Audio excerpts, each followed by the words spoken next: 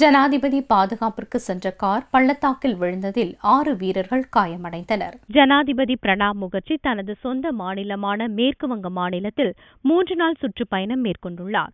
மலைப்பிரதேசமான டார்ஜிலிங்கில் ஜனாதிபதிக்கு மாநில அரசின் சார்பில் வரவேற்பு விழா நடந்தது. விழாவுக்கு பின் பக்டோரா நகருக்கு ஜனாதிபதி பிரணாப், கவர்னர் கேசரிநாத் திரிபாதி, முதல்வர் மம்தா பானர்ஜி ஆகியோர் திரும்பிக் கொண்டிருந்தனர்.